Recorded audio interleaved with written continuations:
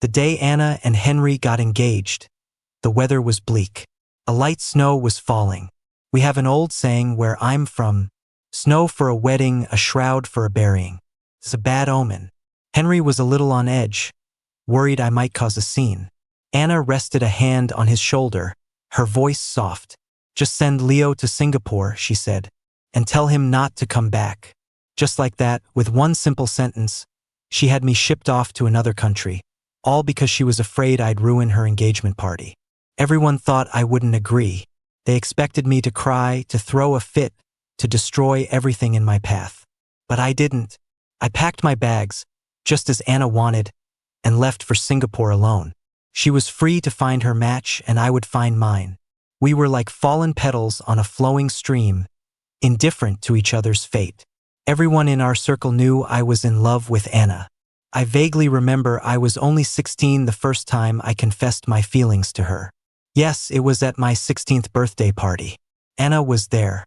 My father teased me, my Leo is 16 now. He's a young man. My friends ribbed me, too.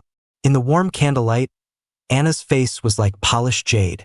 The faint scent of sandalwood tickled my senses. My head felt hot. I'd also been playing grown-up at the party and had a little to drink. It was just a wine cooler with barely any alcohol, but it was enough to make me feel buzzed, my head swimming. Dad, I announced I'm a man now. I'm going to marry Anna. The hall seemed to go quiet for a moment. Then, everyone burst out laughing. Even my father's eyes crinkled with amusement, his smile wide in the candlelight. Anna just laughed and ruffled my hair, like I was a kitten. You little thing, she said.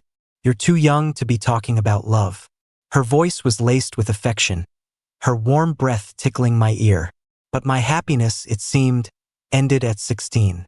That winter, my parents died in a car crash. I was the only survivor. My mother, who had shielded me with her body, had given me the chance to live. Maybe it was the crash, or maybe it was the overwhelming grief and panic, but when I woke up, parts of my memory were gone. When I came to, the only person by my side was Anna. She held me, comforted me. Leo, it's okay, she said. It's okay. You still have me. She stroked my head, just like always, as if I were a cat.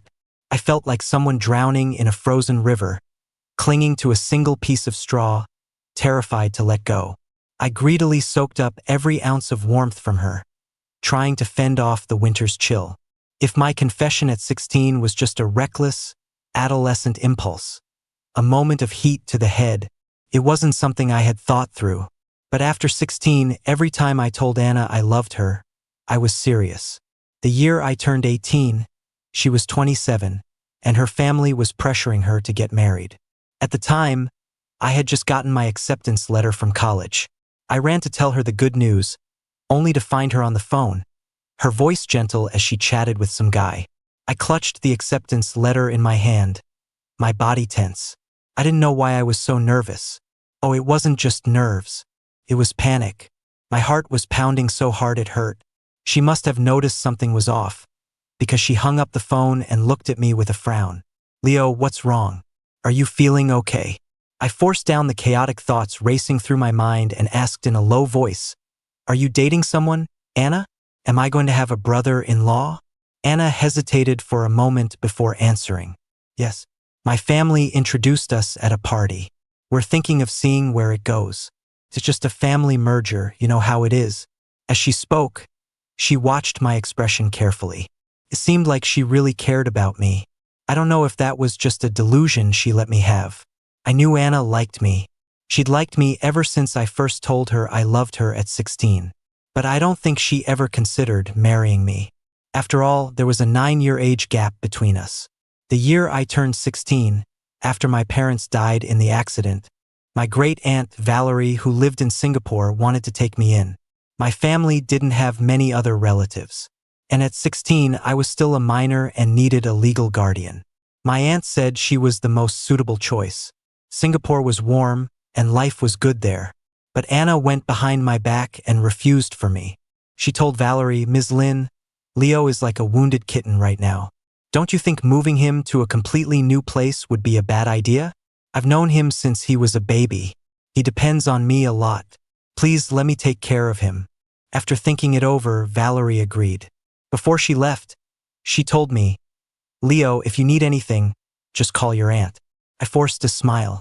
My dad always said that when people show you kindness, you should smile back. But for some reason, the tears just kept streaming down my face. I often woke up crying from nightmares, with no sense of security in the real world. My only anchor was Anna. I thought I would follow her around like a little shadow for the rest of my life.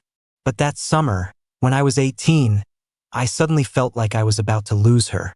Just as the car crash had stolen my parents, some man was going to come and rip her completely out of my life. The wounds that had just started to heal were suddenly torn open, bleeding again. A sharp pain pricked at my heart. But I couldn't be selfish. I should be happy for Anna. So, I swallowed my bitterness and put on a smile. "Congratulations, Anna. And guess what? I got into college. I'm going to be a college student. I'm 18 this year." I acted cheerful, practically bouncing in front of her. Sunlight poured in through the large French windows, shimmering like gold. It seemed to cast a golden halo around Anna's face. Summer sunlight was so different from the winter sun. A hazy thought drifted into my mind. If it was just a merger between two powerful families, why couldn't it be me? I was 18, an adult. Of course, I quickly buried that thought deep down. You can work the fields all day under the hot sun, but it's hard work. It turns out everyone has a toxic weed in their heart that they can never truly pull out. The guy she met at the party, the one her family introduced her to, never really became a part of her life. Before their relationship could even blossom, it withered and died. I breathed a sigh of relief. I felt like a prisoner on death row who'd just been granted a stay of execution. The weight on my chest lifted, if only by an inch. When Anna dropped me off at college, the bodyguards carried my luggage inside for me. I took a deep breath, trying to find the right words. "Anna, if men and women all have to get married when they reach a certain age, couldn't we also? If my confession at 16 was a joke, then my confession at 18 was something I had thought about long and hard." I asked myself again and again, do I really love Anna? Was it just dependence after my family was shattered? Or was it real romantic love? At 18, I was still naive about relationships, but I faced my true feelings. I loved Anna, and Anna, she loved me too. I had accidentally noticed the way she looked at me was no longer just the affection one has for a little boy. There was a hint of something more, a quiet, lingering emotion in her eyes. Sometimes, when our eyes met, she would quickly look away, flustered. I had hoped she would be the one to confess. I had hinted at it once, twice, 3 times, but Anna, who was usually so smart, acted like she didn't understand, always avoiding the topic. I knew I couldn't wait any longer. If I kept waiting, this fragile relationship of ours, where we never broke through that final barrier, might just fade away. After all, her family was constantly pushing her to go on dates, to get married. So, I looked down and handed her the folded origami crane. On that crane, I had written Anna's name over and over again in different colors, fonts, and sizes. Every stroke was a testament to my affection for her. "Anna, I love you." My voice was as quiet as a mosquito's buzz. As soon as I said it, a blush crept up my cheeks, making me look like I was drunk. I forced myself to look up and meet her gaze, hoping for a nod. Then, she would kiss me like a heroine in a movie. But she remained silent. It was so awkward. God knows how much courage it took for me to pour my heart out to her. "Leo, you're still young," Anna stammered. "You don't understand what love is yet." "Too young?" "The law in my country clearly states that at 18 you're an adult, responsible for all your actions." "But I can wait for you to grow up," Anna said suddenly. In an instant, my face broke into a radiant smile. Under the late summer sun, I felt as light and joyful as a butterfly. Anna just watched me smile, her eyes filled with a familiar affection. I was so happy. That evening, I called my aunt. My Aunt Valerie was the same age as Anna, 27, also at the age for settling down. She was a wealthy businesswoman in Southeast Asia with a massive fortune. I'd once heard that some prince was in love with her. "Aunt Valerie, I have a girlfriend," I said into the phone, my voice full of joy. Is that so? She chuckled. Her voice was deep and pleasant, with a certain calmness that came with age. Maybe because my aunt and Anna were the same age, both successful women from wealthy families, I couldn't help but compare them. But my aunt always seemed to carry a subtle, undefined sadness. So young, yet she had a world-weary air about her. Anna was different.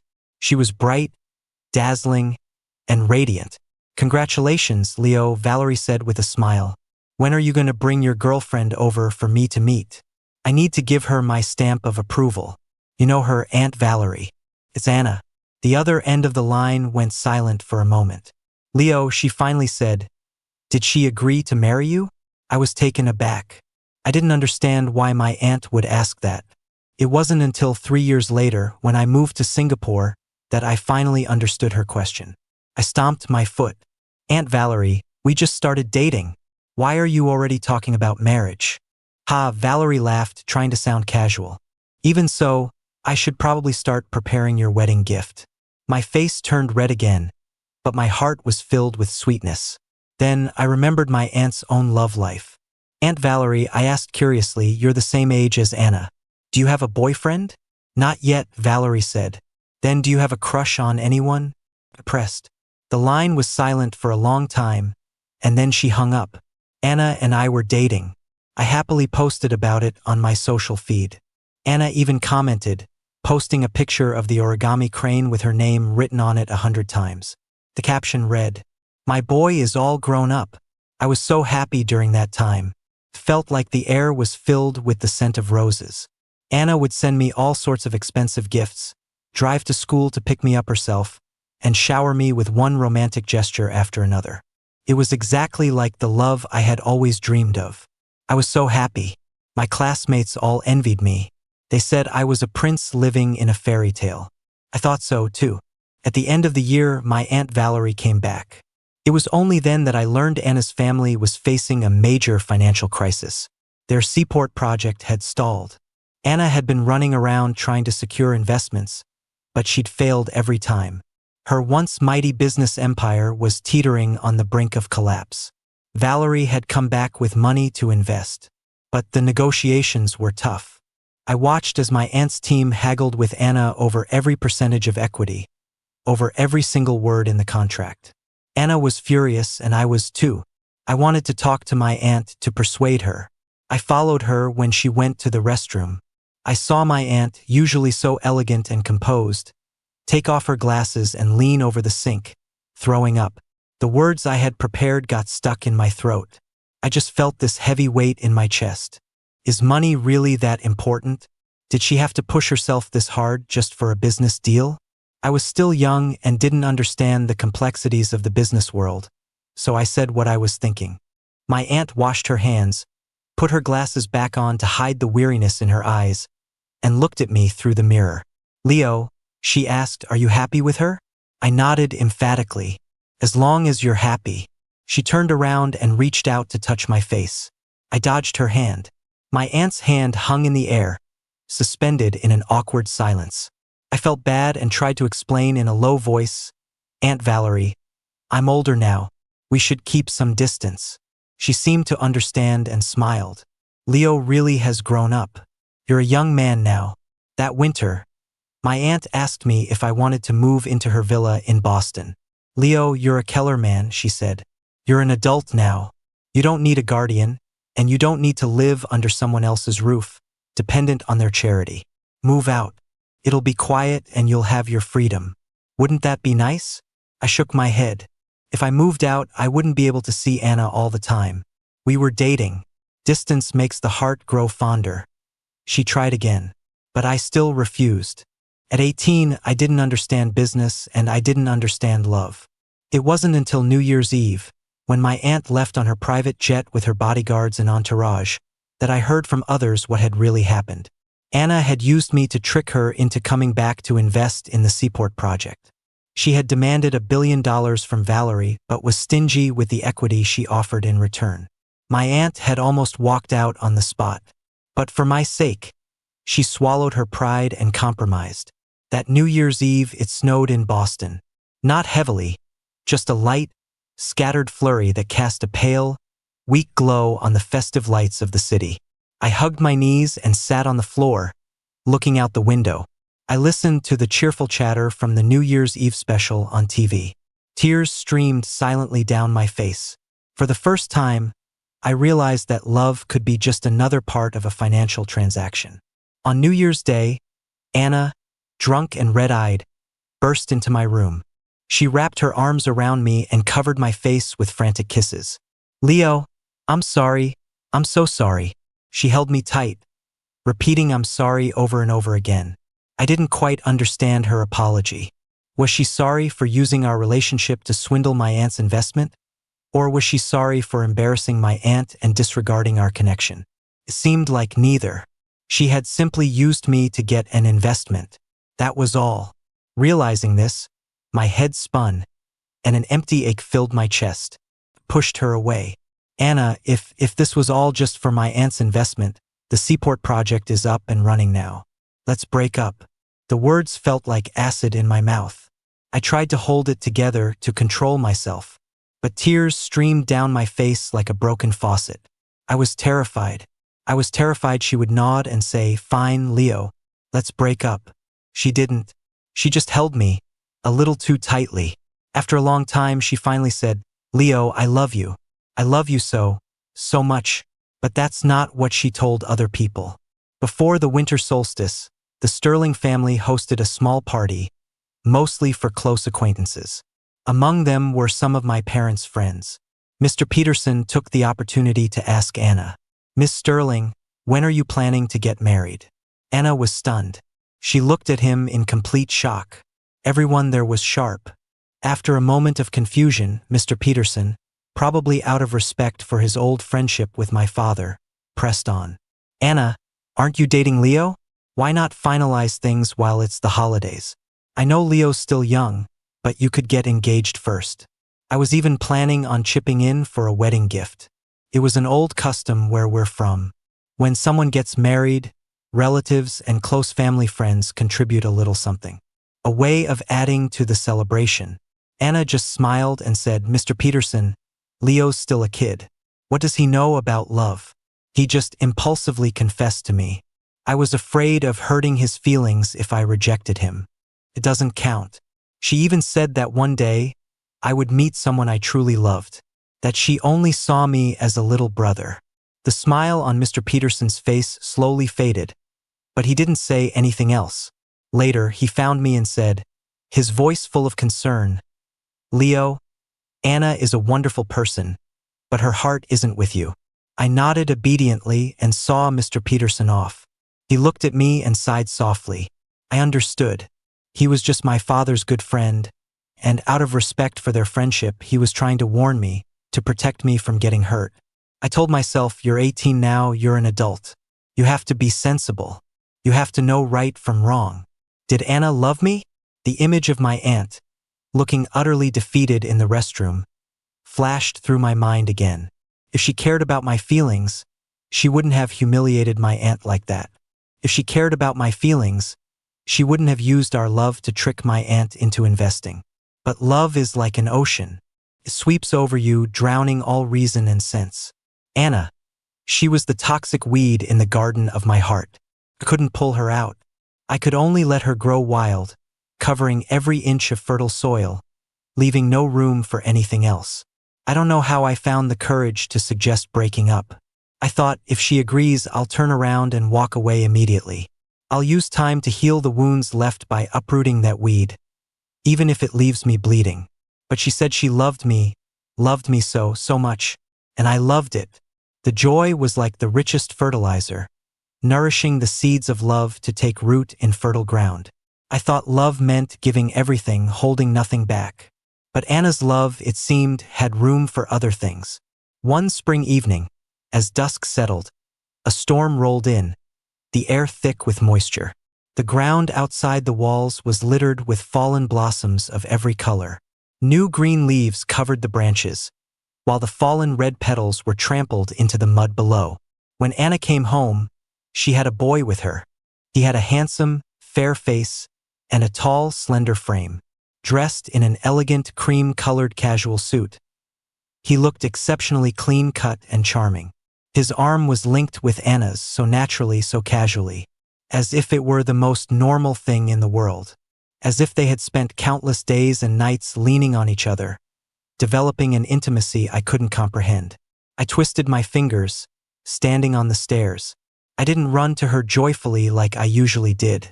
I even opened my mouth to call her name, but the word Anna, which I had called her since I was a child, got stuck in my throat. Couldn't make a sound. A heavy feeling coiled in my chest, and I couldn't breathe. Anna's gaze reluctantly shifted from the boy to me. "Leo, this is Henry," she said, introducing him. The boy shyly hid behind her. Anna naturally put an arm around his waist, gently pushing him forward. She handled him with the care one would reserve for a priceless piece of porcelain. In her eyes, I saw the threads of a deep, passionate affection. "Henry," she told me. "He's a student I'm sponsoring." I tried to control my emotions and forced a smile at Henry. Henry. Henry seemed to lose some of his shyness. He smiled back at me and bowed. "I'll be in your care from now on, Mr. Keller." Beside him, Anna's voice held a hint of amusement. "What, Mr. Keller? Just call him Leo. He's like a little stray cat." I pressed my lips together but said nothing. "Leo, get Henry settled in," Anna told me. I couldn't hide my shock. "Mr. Johnson is staying here?" I asked, stunned. I disliked this person from the bottom of my heart. I had assumed Anna just brought him home for a visit. Anna wrapped a protective arm around Henry and nodded. "Yes, Henry will be living with us from now on, just like you. I've transferred him to your school so you'll have some company." Henry was given the room next to mine. That night, he knocked on my door. "Mr. Keller, do you hate me?" he asked, standing at the door in a silk robe, the collar slightly open, a wronged expression on his face. I didn't know how to answer that, so I chose my words carefully. No one in love wants to see their partner with a close friend of the opposite sex. Henry started talking on his own. "Mr. Keller, my family is poor. My parents favor my younger brother. I just couldn't take it anymore. If Anna hadn't sponsored me, I would have had nowhere to go. Please don't kick me out. Okay?" Before I could say anything, he suddenly dropped to his knees and grabbed my ankle. I instinctively tried to pull away, but he stumbled and fell to the floor. "Leo, what are you doing?" Before I could process what had happened, I heard Anna's angry voice. I looked up, stunned, to see Anna standing there. She had never, ever yelled at me like that. Henry was sobbing on the floor, gasping for breath. When Anna went to help him up, he threw his arms around her. "Anna, I'm so sorry. Please don't blame Mr. Keller. It's my fault. I shouldn't have been so clueless and made him angry. I shouldn't be living here. I'm just trash. I don't deserve this." He deliberately exposed a large bruise on his arm for Anna to see. "Leo, apologize." Anna roared at me. "You hit Henry?" I pressed my lips together, walked into my room, and slammed the door shut. Couldn't believe it. This frame-up was so clumsy. How could Anna not see through it? I hadn't done anything wrong. Why should I apologize? My initial hostility towards Henry was just a bit of jealousy, a bit of bitterness. I didn't hate him. After all, there's nothing wrong with loving someone. I could love Anna, and so could he. I couldn't selfishly deny him that right. But after he framed me like this, I was truly disgusted by him. I thought he had a serious character problem. The next day, I found an opportunity to talk to Anna and clear things up. She seemed very busy and had lost her usual patience with me. In fact, she was downright irritable. "Leo, you're rambling. What is it you're trying to say?" I was stunned that she would use the word rambling to describe me. I counted. We had only exchanged a few sentences. Not even 10, right? I was just trying to tell her the truth about what happened that night. Did she not want to listen to me? Or did she not want to hear anything negative about Henry? When that thought crossed my mind, my heart started to pound uncontrollably. Before I could say another word, Anna dismissed me. "Leo, Henry is simple and kind. He's not manipulative like you. I won't have you slandering him like this. If you really don't like him, you can move out." I looked up at Anna, the older sister figure from my childhood who had protected and loved me, who had held me in her arms after my parents died. The person who had given me warmth was now a stranger. And it hurt. Anna, are you kicking me out? My voice was hoarse when I spoke. I turned to leave. My upbringing wouldn't allow me to pull the same stunts as Henry, nor would I beg her to let me stay. But suddenly, Anna hugged me from behind. Leo, no, I was wrong. She apologized to me. She said, Henry is just a kid I'm sponsoring. He's always been innocent. I know you're just jealous, Leo. It's okay, I get it. Then she added with a sarcastic laugh, Leo, you don't really think I could marry him, do you? Be a good boy and stop making a scene. She held me by the waist, whispering in my ear. My heart instantly softened. Anna loves me, I told myself. She's just sponsoring Henry. Even though I still didn't like Henry, I would try to like what Anna liked. I would try to get along with the people she liked, no matter how much I disliked them. I think I was finally starting to understand what love my dog really meant. But sometimes, getting along with people isn't just about not starting trouble. It was early fall and the weather was no longer so hot. On Friday afternoon, I ran into Henry in the restroom. He called out to me. I had no choice but to stop. He looked at me with a playful smile. Leo, isn't it exhausting to live like this? You clearly hate me, despise me. You're burning with jealousy, but you have to pretend you're not. I frowned slightly. Yes, I disliked him, but I wasn't jealous of him. So I said it directly, Henry, Anna is sponsoring you. You should take this opportunity to study hard and stop causing trouble. He moved closer, almost pressing his face against mine. The strong scent of his cologne filled my nostrils, and I couldn't help but take a step back. I wanted to tell him that Anna had a sensitive nose and couldn't stand such strong, pungent perfumes. But in the end, I said nothing. He was just a boy Anna was sponsoring.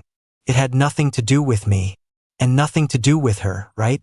Leo, do you think I'm fit to be the man of the Sterling house? Henry suddenly asked me. A sudden wave of fear washed over me. Henry and Anna? How could that be possible? For some reason, a vague sense of panic gripped my heart. The love I had so carefully built with Anna felt like it had been breached. Henry took a pair of scissors out of his bag and brandished them at me. I jumped back in shock. Henry, what are you doing?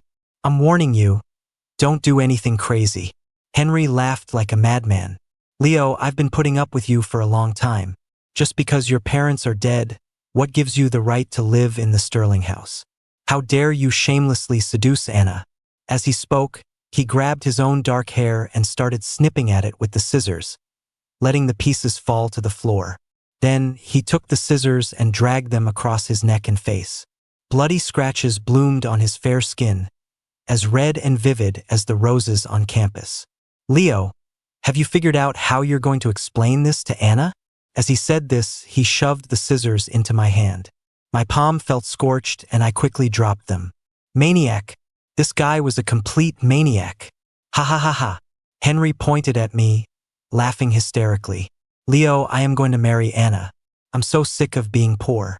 I'll do whatever it takes to have her, and you're destined to fail. With that, he turned on the faucet and rinsed his head under the cold water. I ran. I fled in a complete panic. Once I was outside, I pulled out my phone and called Anna. This time, I wasn't going to let him frame me again. Anna answered quickly, and I rushed to explain what had happened. At the end, I added, Anna, you have to believe me. Henry cut himself. Leo, where is he now? Anna yelled into the phone. Probably still in the bathroom, I said honestly. I had no idea what Henry would do next. The line went dead. That night, I was anxious and lost. I needed someone to talk to. The first person I thought of was Anna's mother. Mrs. Sterling was a good person. After my parents passed away and Anna brought me home, she treated me like her own son. But she also liked Henry. The first time she met him, she had praised him. Such a well-behaved boy and so handsome. I had a few other good friends, but they were all close with Anna, and they all knew I was in love with her. Would they believe me? For some reason, I thought of my aunt. When I called Valerie, she picked up right away. Leo, what's wrong? She asked. I told her everything about Henry. Aunt Valerie, how can someone be so evil? I couldn't understand it. There was nothing wrong with Henry loving Anna. Even though everyone in our circle knew that Anna and I were a couple. Even people like Mr. Peterson were ready to contribute to our wedding. Knowingly being the other man was shameful, but I believed there was nothing wrong with loving someone. But did loving someone give you the right to act so recklessly, to frame others with such clumsy tactics? There was a long silence on the phone before my aunt finally spoke. Leo, the Seaport project needs more funding. I didn't know if I was confused or if my aunt was. The Seaport project was Anna's project. If it needed more funding, that was her problem. What did it have to do with me? Or for that matter, what did it have to do with Henry? Miss Sterling proposed that you use the assets your parents left you to invest. I refused. My aunt's voice came through the phone. Auntie, I understand, I said in a low voice. Valerie didn't hang up, just remained silent. The silence on the line was unnerving. My heart, which had been so full of love, had no room to consider anything else. My not-so-brilliant mind didn't understand the treacherous world of business. I lived in my own little paradise, in an ivory tower of fairy tales. Now, my aunt had opened a window in my ivory tower, giving me a glimpse of the dark and terrifying world outside.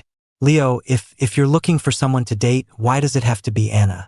Valerie asked tentatively. The call ended. All that was left was the dial tone, a harsh, unpleasant sound. Then even that was gone. The shadow of my aunt slowly began to creep in. The vines of love in my heart, which had left no room for anything else, now seemed to have a little extra space. I understood my aunt. I just didn't understand business or anything else, but I was extremely perceptive and sensitive. Just like the first time I saw Henry, I saw the threads of affection in Anna's eyes. That night, neither Henry nor Anna came home. The next day, Anna dragged me to the hospital and demanded I apologize to Henry. I refused. Standing in the hospital, looking at Henry lying weakly in bed, his disheveled hair falling across his pale face, he looked as fragile as a delicate rose. I suddenly became very curious. Anna had always said that Henry was a poor student she was sponsoring. When I was a child, I used to go with my parents to the mountains to help poor students. Even the 7- and 8-year-old children had dark, rough skin, weathered by the elements and a hard life. At such a young age, they all bore the scars of time, their hands calloused and stained with blood. But Henry, who was my age, 19, was as tender as a spring onion, handsome and clean. His hands were fair and soft, his fingers like jade. This was a poor student? I had been pampered by my parents my whole life, yet my hands still bore the marks of holding a pen from learning to draw and write. And he was so pristine. Leo, apologize. Anna's voice snapped in my ear. Just like that night, she didn't give me a chance to explain. Even a death row inmate gets a chance to defend himself in court, but I didn't even get that. I'm not apologizing. I looked up, raised an eyebrow, and shot a threatening glance at Henry. Why should I apologize for something I didn't do? Henry, are you having fun putting on this little show? Henry curled up on his pillow and started sobbing. Mr. Keller, how could you slander me like this? I turned and walked away, but Anna stopped me, grabbing my arm so tightly it hurt. I'm sure my arm was bruised. Leo, either you apologize or we break up, she said. I was furious. I shook her hand off, went back to the Sterling house and told Robert, pack my things. I'm moving out. Robert was our family's housekeeper. He had worked for us for many years, taking care of me since I was a child. After my parents passed away, I brought him with me when I moved into the Sterling house. Robert looked at me and gently tried to reason with me. Young master, it's just an apology. I'm sorry is only 3 words. That's right. I'm sorry, just 3 words. But I will never say them for something I didn't do. The next day, #LeoKellerCampusBully was trending. Henry had filmed a video from the hospital, live streaming it. He tearfully claimed that I had cut his hair, scratched his face, shoved him into a toilet, and locked him in the bathroom. He showed the hospital's injury report. All I wanted was an apology, but he's too stingy to even say sorry. My social media account, which had only a handful of followers, suddenly exploded overnight. They were all there to curse me out. Some people followed me just to send DMs, the messages filled with vile insults, as if I had bullied them personally. My entire life was dug up and put on display. For example, the fact that my parents had both died in a car crash when I was 16. Many people used this to attack me, saying it was karma for my evil deeds, that my parents were paying the price. My classmates started to shun me. Even the people I used to be friendly with looked at me strangely, with a mix of curiosity and ill intent. I overheard someone say, "Leo Keller? Does he really think he's some rich heir? Turns out his family went bankrupt a long time ago. His parents are dead, so why isn't he dead yet?" Exactly. I also heard that he's taking advantage of the fact that the eldest daughter of the Sterling family likes him, clinging to her and not letting her get married, or even date. Apparently, he drove away one of her potential boyfriends. So shameless. There were rumors and malicious gossip, mixed with private details I never wanted anyone to know. It made me question the true motives of the person pulling the strings behind the scenes. I kept waiting for Anna to get the topic taken down, waiting for the Sterling Group's PR team to do something. But nothing. Anna and I were in a cold war. The last time she called me, it was just to tell me to apologize. I swallowed the bitter pill and asked her, "Do you really think I'm capable of something like that? After all these years of knowing me, is that the kind of person you think I am?" On the other end of the line, she laughed coldly. "Leo, aren't you exactly that kind of person?" The call ended. Henry came to find me, probably afraid of leaving a trail by calling or texting. So he came in person. "Leo, have you figured out how you're going to apologize yet? Why did you have to make such a big deal out of this? Just get on your knees and apologize and we can put this behind us. Otherwise," he leaned in close, his smile arrogant and unrestrained, and I, defeated, took a step back. My refusal to apologize finally pushed Anna over the edge. She used the Sterling Group's influence to pressure the school, demanding my expulsion. It was only then that I remembered. The Sterling Group had shares in the school I attended. She could easily get someone who knew nothing about art, who couldn't even hold a paintbrush properly, into the school. And I had gotten in on my own merit. Now she was trying to use her money to kick me out. My Anna seemed to have changed. She had become hysterical, willing to do anything to get what she wanted. And I, it seemed, didn't love her as much anymore. I hired a lawyer and reported it to the police. There was no reason for me to be slandered and framed, and then be expected to apologize and pay compensation. What I didn't expect was for my aunt to rush back from abroad. I didn't even know she was coming until her private jet landed at the Boston airport. I was furious. Why did she always have to drag my aunt into our fights? Even though I knew her motives were malicious, when had she become so detestable?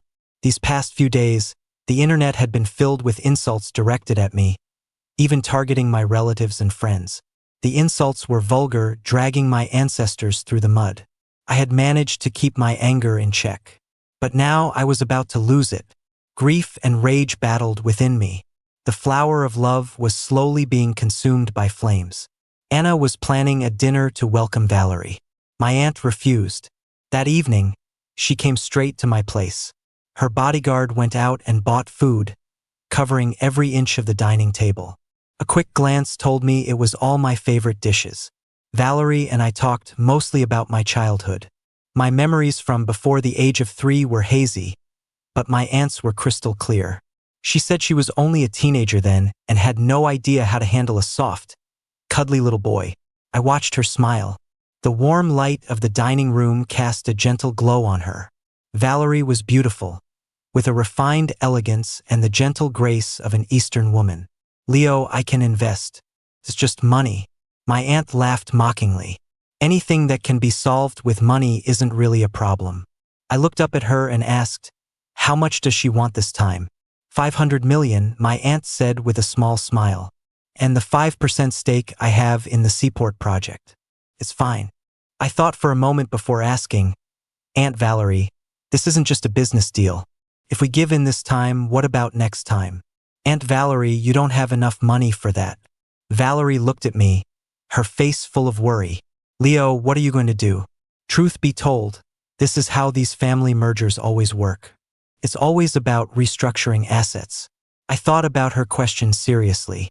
Back when I was 18, I was naive and clueless. When my aunt came to negotiate, she treated it as a pre-merger discussion. But Anna wouldn't agree, and the terms of the contract were incredibly harsh. It made my aunt furious, but Anna used me to wrap her around her little finger. I wanted to tell my aunt that we weren't even blood relatives. Why should she put up with the Sterling Group's nonsense for my sake? I sighed softly. I don't know when I started sighing, when I learned about melancholy, or when I started using little tricks of my own. Maybe I was just growing up. Aunt Valerie, it's okay. I'll seek legal protection. I didn't bully him, but the fact that he twisted the truth and cyberbullied me is undeniable. He's gonna have to pay a price for that. I didn't like Henry at all, so I had been planning a countermove from the beginning. I used to be a bit naive, protected too well by my parents. But the person I loved with all my heart was forcing me to grow up by exploiting my love. Ever since that day Henry pretended to kneel and frame me at my bedroom door, I had become more cautious. I started carrying a recording pen with me everywhere. I was waiting for him to post his little video, waiting for his tearful, slanderous tell-all post. Every share, every like, and every hateful comment online was irrefutable evidence of his crime. As I spoke, Valerie just looked at me. "Leo, it's not like that," she said. "Then what is it like?" I retorted. "My recording isn't enough proof?" Valerie smiled faintly. "What about your love?" My love? I was a little lost. The fertile ground of my heart seemed to be lacking fertilizer and nutrients. The flower of love was withering away before it even had a chance to bloom. "Leo, Henry isn't the root of the problem," Valerie told me. I needed to solve the root problem. But that was my love, my lifelong dream. I once thought it was my safe harbor. I lowered my head and was silent for a long time before I finally said, "I know she's the source of the problem. Family mergers, they're all the same. Scheming to get the biggest piece of the pie for yourself. In a situation like this, if love isn't just some romantic game, it's a weight on the scales." Valerie nodded, then shook her head. She raised her wine glass to me with an elegant grace. I chuckled. "People have to grow up eventually. Aunt Valerie, I'm not giving in." She said softly, "Good. We won't give in." I looked at her. In the lamplight, she was graceful and beautiful. In some ways, she was even more stunning than Anna, as exquisite as a fairy tale princess. "Aunt Valerie, thank you," I said in a low voice. She smiled non-committally, but a flicker of disappointment crossed her eyes, a hint of sadness at the corners of her mouth. I'm a sensitive person, and I pick up on subtle emotions. I kind of understood what she meant. So, I lowered my eyes and said no more. "Leo, have you ever considered just getting rid of the source of the trouble?" Valerie asked suddenly. Out of the blue, I put my hand on my chest. My heart was pounding uncomfortably, and a strange panic set in. A deep-seated fear was spreading, creeping through me. "If it's just about dating, you could consider someone else," Valerie said, her eyes clear and bright, like a blue lake under a spring sun. But they held a certain depth. "If you don't mind the age gap, I'm available too," she said. The unexpected confession shattered the carefully constructed defenses around my heart. All my guards were down, thanks to Anna's betrayal. I took a deep breath, about to speak. But then Valerie said, "Leo, I'm sorry, She wasn't good at apologizing." I smiled, reached out, and hugged her. "Aunt Valerie, give me some time," I said softly. "I can't leave right now. If I, Leo Keller, walk away now, Anna will haunt me for the rest of my life. This game of love between us, I have to be the one to end it, not her." Valerie smiled. She said she didn't understand the romantic dramas of young men, but she could give me a home warm and prosperous. My family's legal team sprang into action. Our PR team got to work, too. My 2 recordings were posted online, and our PR team hired someone to write a tell-all post. It detailed how Henry had orchestrated the whole thing, painting himself as the victim and launching a cyberbullying campaign against me. Our PR team also accused Anna of playing both sides. On one hand, she wanted a family merger, playing the loving girlfriend with me. On the other, she was indulging in Henry's gentle, handsome, and attentive nature, a classic cheater. It seemed that only then did people realize that I came from a wealthy, powerful family. Not some helpless orphan. Not someone living off the charity of the Sterling family. My legal team was relentless, taking Henry straight to court. Valerie was still in Boston. She didn't do much, just used a bit of her financial power. Slander, cyberbullying. Henry was facing jail time. Anna was completely blindsided by this. I had given her no warning. When Valerie arrived, she only said she was there to discuss the investment. Nothing else, which led Anna to believe she still had everything under control. By the time she realized what was happening, it was too late. She asked to meet with me. We hadn't seen each other since I moved out of the Sterling house. I used to think I couldn't live without her. After all, when my parents first died, I was traumatized by the accident. My memories and mind were a mess. My only support was this childhood friend, this older sister I adored. I couldn't be away from her for a moment. If I didn't see her, I would become anxious. At that time, she was so afraid that the trauma would leave a lasting psychological scar that she even took me to work with her. That was also why my Aunt Valerie didn't insist on taking me away from her. Now, after just a few short years, I no longer depended on her. In fact, when I moved out of the Sterling house, she didn't even see me off.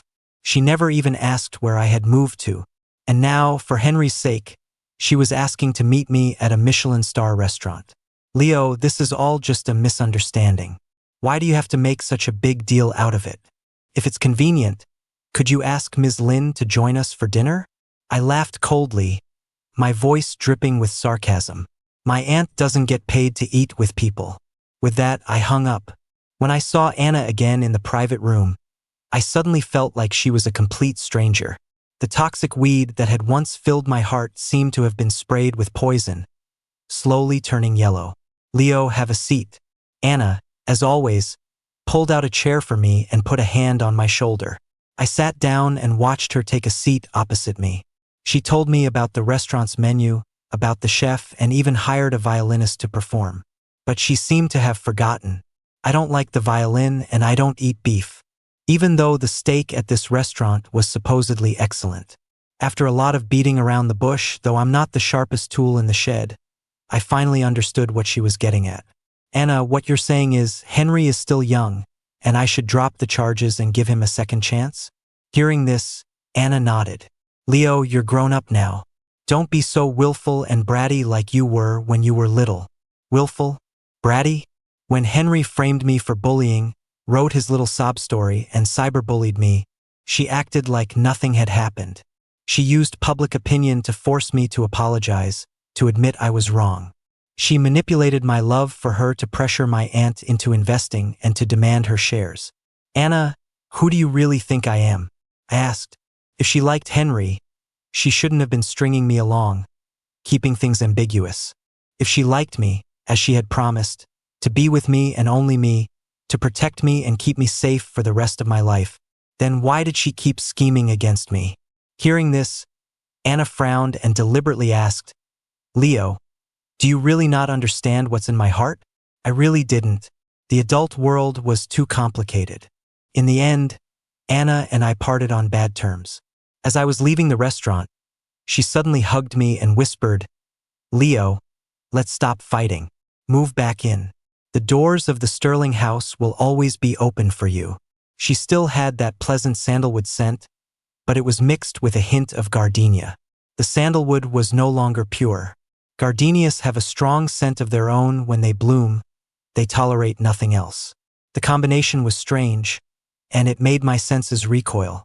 I gently pushed her away.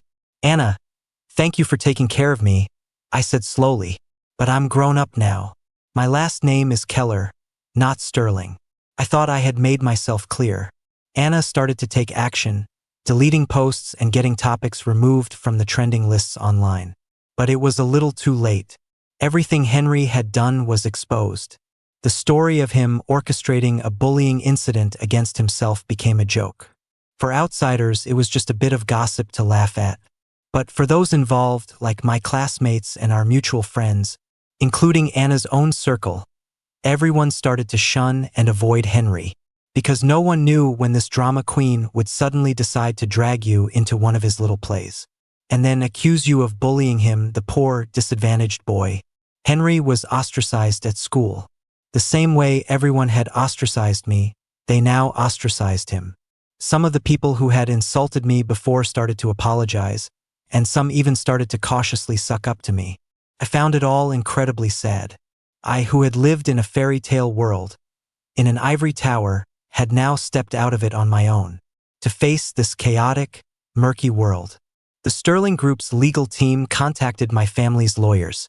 This time, it was no longer just my personal battle. Finally, when my lawyer, Mr. Smith, came to see me, I received him in the living room. "Young master, let's drop the lawsuit. We've achieved our goal," he said, taking a sip of his tea. "It's not worth going to war with the Sterling Group over someone like Henry." Mr. Smith was 47 and had handled all sorts of cases. He had once done cleanup work for a corporation, been a white-collar fixer. He had seen the darkest and dirtiest parts of humanity. To him, this whole Henry affair was nothing. His job was to get the best possible outcome for his client. "Young master, Henry just had some unrealistic ideas. He was trying to drive a wedge between you and Miss Sterling. But Miss Sterling would never marry him. In these family mergers, it's not unheard of for a woman to want a gentle, handsome, and attentive boy for a change of pace." Mr. Smith cut straight to the heart of the matter. It was only then that I realized everyone knew that I, Leo Keller, was in love with Anna. Even Mr. Smith didn't want to fight a battle that would hurt both sides. In his mind, an insignificant third party could be dealt with in countless ways later on. There was no need to suffer unnecessary losses over him. "Then let's listen to Mr. Smith." "Drop the lawsuit," I said softly. "To be honest, I don't understand these things," I added. Mr. Smith smiled. "Young master, if you understood everything, what would you need us for?" He finished his tea, stood up, and left. And so the Henry affair came to an end. Anna came to my house to pick me up, sweet-talking me, trying to coax me to come back. She apologized, saying she had misunderstood, that she didn't know Henry had such schemes. "Leo, don't hold it against him. He just has a crush on me. I'm not interested in him. I've just been sponsoring him for a long time. You develop a certain attachment." I called her out on her lie. "Anna, you're not the one sponsoring him. Your mother is." Henry was some kind of relative of Mrs. Sterling's, though not a blood relative. And it was true what he said. His family played favorites. His parents and elders all doted on his younger brother. But he had been incredibly handsome since he was a child. Mrs. Sterling, who had no sons of her own, took a liking to him and gave his family some money. Then, she arranged for him to be raised by one of her relatives. He lived like that for over a decade, and as he grew up, he became even more handsome. Anna saw him once and was immediately smitten, and so Henry was brought into the Sterling household. Since I had used my family's network to investigate, I had naturally uncovered Henry's entire background. Hearing me say this, Anna reached out and pinched my nose, laughing. "Can't hide anything from you. My mother is quite fond of him, and I see him as a brother, too." I vaguely remembered Anna telling Mr. Peterson that she saw me as a brother, too. So, how many good brothers did she have? In the past, if I had found out that Anna had deceived me, I would have been furious. Today, I wasn't angry at all. It was as if a stranger was standing in front of me, talking about strange things. I touched my chest. Where had the once burning love gone? Anna reached out and pulled me into an embrace, her tone affectionate. "You little jealous thing, don't be angry." A sudden panic washed over me. Why wasn't I angry? I should be angry. Even Anna thought I was angry. "Leo, move back in," she said, and then ordered Robert to pack my things. I broke free from her embrace, pushing her away to create a little distance between us. Not too far, not too close. I could still smell the gardenia scent on her. It lingered in the air, and in the depths of her eyes, I saw the threads of affection. But I looked into my heart, and the flowers that had once covered its walls were quietly withering. Was there something wrong with me? I was suddenly terrified. "Leo, what is it you want?" Anna asked, frowning. "Anna, We're grown up now, I said, lowering my eyes, choosing my words carefully. When did talking to her become such a deliberate, calculated act? Love is like an ocean. It sweeps you away, and there's nowhere to hide. But once you mix other things into love, it's like day-old tea. Even if you put it in the fridge, it still has a stale taste. Give me some time, and give yourself some time too. Even if it's a merger, we're talking about a lifetime. We need to find the right partner. She seemed angry. Fine, have it your way, she snapped, and with a flick of her sleeve, she was gone. My aunt also said her goodbyes. The presidential election in the U.S. was over and she needed to make a trip there. She had 2 companies going public and other business to attend to. Before she left, she asked if I had considered studying abroad. I smiled and told her, after I've sorted out my affairs here. She nodded with a smile. I don't know when love became a burden, one of my affairs to sort out. I used to never care about business.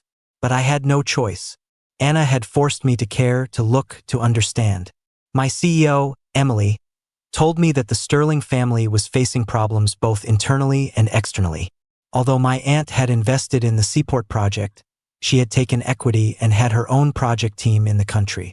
The Sterling family couldn't touch the funds from the Seaport project, and their own cash flow was in trouble. They were patching things up here and there. They desperately needed a capital injection. The best way, of course, was for Anna to marry into another family, bringing in the husband's assets and restructuring the 2 families' finances. But the Sterling family, Anna, wanted to maintain absolute control. That's why my aunt had been so furious about the Seaport project deal. Of course, Anna had considered other options. But none of them had worked out, and now time was running out. Young master, you can't be foolish, Emily said, holding a laptop and pushing up her gold-rimmed glasses. She had brought her entire team with her to talk to me. Before the old chairman passed away, he told me to take good care of you. I laughed sarcastically. I'm not foolish. After my parents passed away, Emily had been managing the Keller family's businesses. She was the CEO of the Keller Group, holding real power. But if I let love cloud my judgment and brought my shares and money to let Anna marry into my family, if Anna took control of the Keller Group, Emily would be just a minority shareholder. No one in power wants to be subordinate to someone else. I didn't understand these complexities before. These past few days, my aunt had been trying to teach me. Emily, I know. Money is important and so is equity. Don't worry. With my reassurance, Emily and her team finally left. I understood what she meant. It was advice, but it also had a hint of a power play. The situation with Anna and me was already what it was. Even if I wanted to get married, it would be a few years yet as I got older. After a few years of navigating the real world, I would naturally come to understand money and power. Now Anna was pushing, and my young heart was stirring.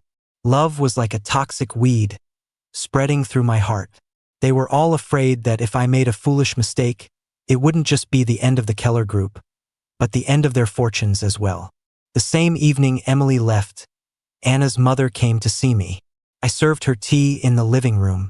No matter what had happened between Anna and me, she was still an elder. She made small talk, chatting about everyday life. I just listened, chiming in when appropriate.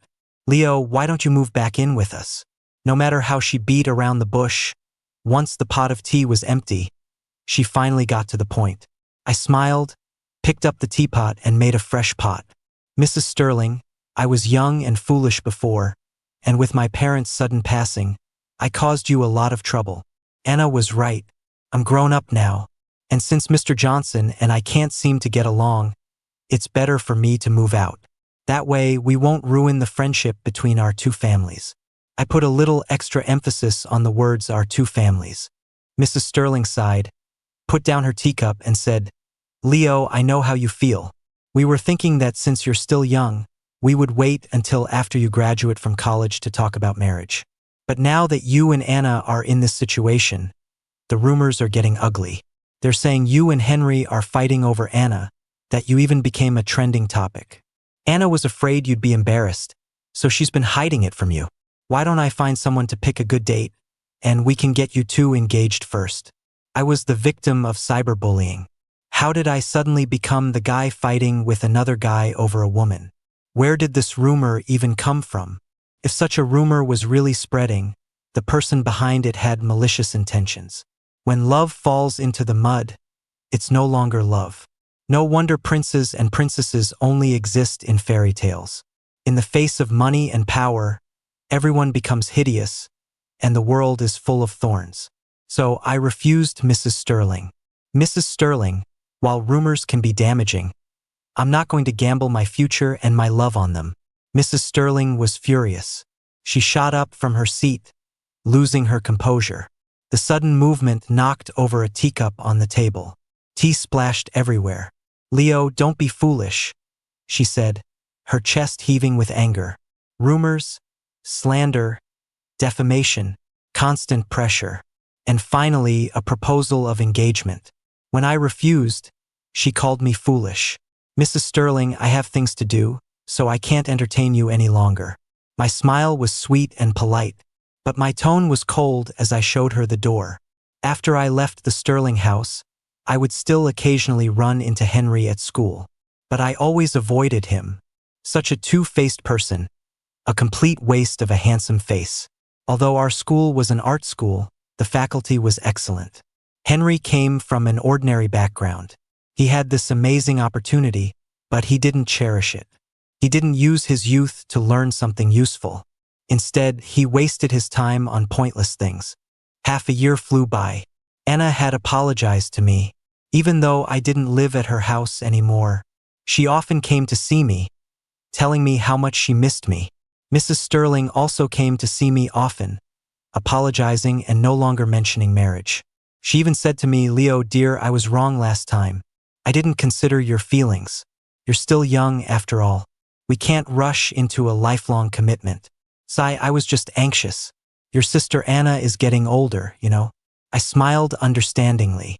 Several times, the words were on the tip of my tongue, but I swallowed them. I wanted to tell her, if Anna really likes Henry, why not just get them engaged? But alas, I had loved Anna for so many years. Even though I knew the road ahead was difficult, and that marrying her might not bring me happiness, perhaps sensing my hesitation and reservations, in the fall of my 19th year, the golden leaves of the ginkgo trees covered the city. The autumn sun was warm and bright. It was a season of harvest. Anna came to pick me up from school. In the car, she said to me, "Leo, I was wrong before. I shouldn't have brought up our engagement at a time like this. I understand why you were put off. Don't worry. Once the Sterling family gets through this crisis, I'll have my mother go to your family to formally propose. And we'll invite your aunt back, too." Her words were so eloquent, as if her every thought was for my benefit. If I were my old self, I would have immediately asked her, "What kind of trouble is the Sterling Group in? How much money do you need?" Even if I couldn't use the company's money, I would have sold off the Keller family's fixed assets and used some of the funds from my Swiss bank account. After all, back then, my heart was overflowing with love for her. It was like a net I couldn't escape from. To me, money was just a material possession. How could I let my Anna suffer for the sake of a little money? But unfortunately for her, the toxic weed of love in my heart had already withered. I recently reread some fairy tales. The prince and princess are happy, of course. But even in fairy tales, the shadow of royalty and wealth is everywhere. Cinderella was born into a noble family, the eldest daughter of an earl. I lowered my gaze and smiled gently. "Okay, I'll be waiting for you, Anna." Anna's hands tightened on the steering wheel, her knuckles turning white. Her face looked pale. I couldn't help but clench my own fist. "Anna, you can drop me off up ahead," I said. "The weather is nice today. I'll walk." Hearing this, Anna didn't say another word. She pulled over to the side of the road and watched me get out. Then, she slammed on the gas, and the Porsche sped away, leaving a cloud of dust behind. In the past, she would have anxiously told me not to mess around outside and to come home early. People grow up. Love gets conquered by money. Everything starts to taste different. That Friday, as I was leaving school, Henry stopped me at the gate. "What is it?" I asked him. He put on his usual pathetic act, looking like he was on the verge of death. Anna is busy today. Mr. Keller, can I get a ride with you? He asked. I refused him outright. Mr. Keller, please don't be like that. He quickly reached out to grab me. I shook my head. Mr. Johnson, has no one ever told you that the scent of white flowers can be nauseating? Gardenias are beautiful flowers, but gardenia-scented perfume is a classic white floral, and many people find it overwhelming. I was no exception. Anna was too. Hearing this, Henry froze for a moment. Then he bit his lower lip and looked at me with big, wet, doe-like eyes. I want to talk to you, he said stubbornly. This time, I turned and walked away without another word. But I had underestimated Henry's shamelessness. That evening, he came to my house. Even though I despised him, I didn't turn him away. I invited him into my art studio. I was painting. Watching me so engrossed in my work, Henry suddenly asked, Leo, does anyone actually buy your paintings? Every year, art schools in this country accept so many students. And that's not even counting the top international schools. But in the end, only a few ever become successful enough to have their own exhibitions. What's the point of you trying so hard? I thought for a moment before replying, I don't study art and paint to become famous and have exhibitions. It's just a hobby. I'm not really good at anything else. I've never been a particularly smart person. Henry scoffed. So you're just wasting paint and paper creating garbage. I didn't get angry. I smiled. When I was 15, there was a small charity gala. Everyone knows how those things work. You bring something from home and then you buy it back. The money goes to charity. Some celebrities even auction off their personal belongings. It's all just for publicity. I paused, remembering a time when my parents were still alive, when I never had to worry about such things. A calm, serene smile appeared on my face. Henry didn't understand and couldn't resist another jab. I ignored him and continued. My father asked my mother what we should auction off. My mother said, let's just take one of my paintings from the studio. Henry sneered. Leo, you accuse me of orchestrating things, but what do you call this? Paying for your own hype? I laughed coldly. You orchestrated a scheme to frame someone. We created our own hype, but the money went to help poor students like you. The two are fundamentally different. At the time, my father was worried that if he was the only one bidding, it would be embarrassing for me. So he asked a few of his friends to bid as well. This sort of thing happens all the time at charity auctions. It's nothing special, but something unexpected happened during the auction. The starting bid for my painting was a bit high, $2 million. So, apart from my father's friends and Anna, no one else was expected to bid. But just as my father thought he was about to win the auction, someone else jumped in. The painting ended up selling for $12 million, bought by a wealthy businesswoman from Southeast Asia. I said, she wasn't one of my father's friends. Afterward, my father looked into it.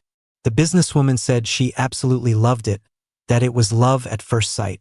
Since it was for charity, what was a few extra million? When she found out I was the artist, she even invited me to dinner and we exchanged contact information.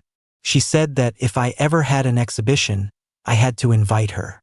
She never asked if I was selling any more of my paintings because everyone knew that for people like us, it was just a hobby. We didn't make a living from it. But after that, I gained some recognition in certain niche art circles. Not long after, my parents passed away, and I didn't pick up a paintbrush for a long time. I spoke calmly about the past, but Henry completely lost it.